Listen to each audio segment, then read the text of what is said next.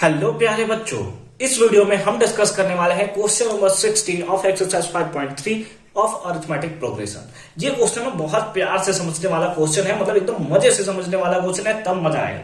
ठीक है, तो देखिए क्या है। अ सम ऑफ 700, आपके पास एक 700 रुपए है। ठीक है, एक 700 नहीं है यार, एक नोट थोड़ी होता है 700 का। मतलब आपके पास कितना है टोटल, आपके पास 700 रुपए है। ठीक है, ये आपने ऐसे पकड़ा हुआ है, मतलब आदमी से बड़ा पैसा है। ठीक है, बहुत अच्छी बात है। It's to be use to give 7 cash prizes, और इसका यूज किया जाता है 7 कैश प्राइजेस देने के लिए। मतलब कोई हो सकता है सेमिनार हो जिसमें स्टूडेंट लोग जो है एकदम तबाही मचा दिए हैं, एकदम फर्स्ट सेकंड थर्ड फोर्थ 5 6 7 इतना पोजीशन ला लिया, तो स्कूल को क्या करना पड़ा, वो ना 700 रुपए का मतलब प्राइस देने के लिए लिया, लेकिन वो 7 कैश प्राइस देगा। मतलब 7 अलग अलग लोगों को अलग अलग डिफरेंट प्राइस देगा। ठीक है, जब बेइज्जती यार, 700 में 7 लोगों के बीच में बांट रहा है, बताओ।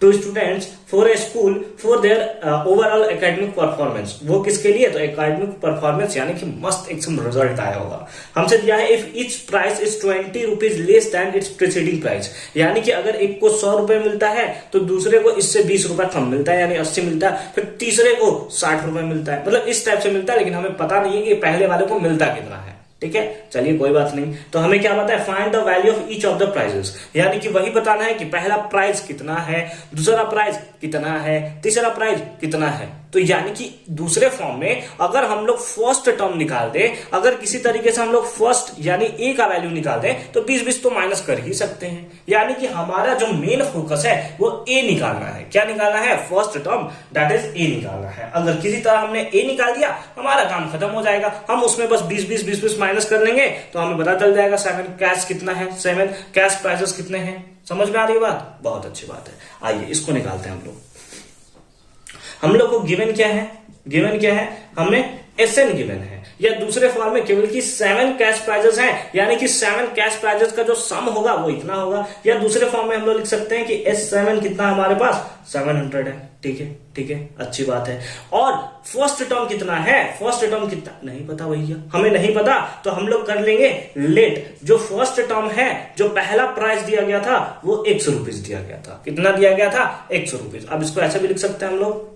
ठीक है, रुपीज एक्स, 100 रुपीज उसको दिया गया। तो सेकेंड टर्म कितना होगा, तो सेकेंड टर्म जो होगा वो 20 रुपए कम होगा इससे, तो यानी कि कितना होगा, x माइनस 20। तीसरा टर्म कितना होगा, तीसरा टर्म होगा x माइनस 40, यानी 20 रुपए कम होता चला जाएगा इस टाइप से।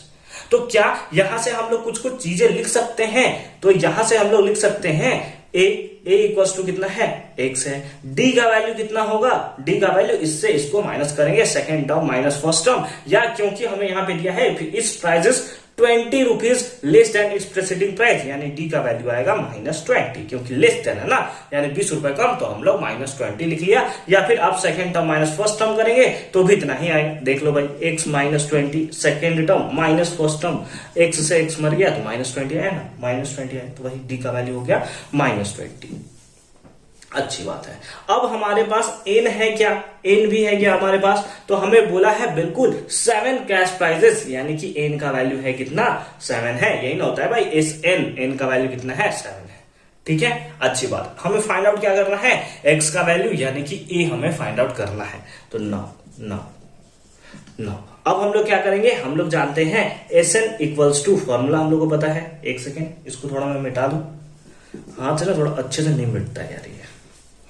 अब हमारे पास क्या है, S N equals to, formula क्या होता है, n/2 into 2a plus n-1 into D. S N का वैल्यू कितना है, 7, S7 n/2 यानी कि 7/2 इंटू 2a, ए का वैल्यू कितना लिया है, x, यानी 2x प्लस n-1 यानी कि 7-1 इंटू डी का वैल्यू कितना है हमारे पास, -20। सॉल्व कर सकते हो, ए का वैल्यू आपके पास निकल जाएगा। S7 हमें दिया हुआ है कितना है, 700 है। 700 equals to 7/2 into 2x plus ये कितना हो गया, ये हो गया हमारे पास 6 इंटू -20, 6 इंटू -20। ठीक है, अच्छी बात है। तो हमारे पास हो गया 700 equals to 7/2 into 2x plus minus 26 120। ठीक है, अच्छी बात है। अच्छी बात है। अब इसको हम लोग को सॉल्व करना बाकी है।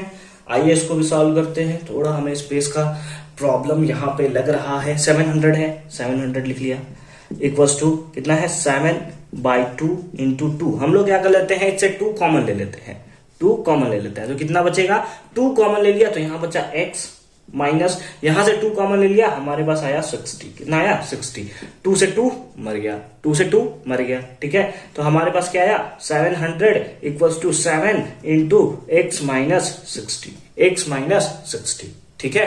अच्छी बात है, x माइनस 60, ठीक है। अब ये मल्टीप्लाई में, इधर आएगा तो डिवाइड में, इधर आएगा तो डिवाइड में, equals to x minus 60, x minus 60 cancel कर देंगे, 100 टाइम्स में कैंसिल हो जाएगा, इक्वल्स टू x माइनस 60। ये माइनस में, इधर आया तो प्लस में, यानी कि 100 प्लस 60 इक्वल्स टू x। तो इस बेसिस पे x का वैल्यू कितना आया, दैट इज 160, दैट इज 160, यानी x का वैल्यू हमारे पास आया 160, यानी कि फर्स्ट टर्म, यानी कि दूसरे फॉर्म में बोले तो फर्स्ट प्राइस कितना है, वो है 160। अब 20-20 रुपए माइनस करता चले जाएंगे तो हमें 7th कैश प्राइजेस जो है वो पता चल जाएंगे। फटाफट से इसका आप स्क्रीनशॉट ले लोगे, ठीक है। 1 2 3 लेट्स गो, मिटा दे इसको ताकि हम लोग 7th कैश प्राइजेस निकाल सके। चलिए ठीक है। अब हमने a को लेट किया था क्या, x, a को लेट किया था x, यानी फर्स्ट टर्म को हमने क्या किया था, x लेट किया था।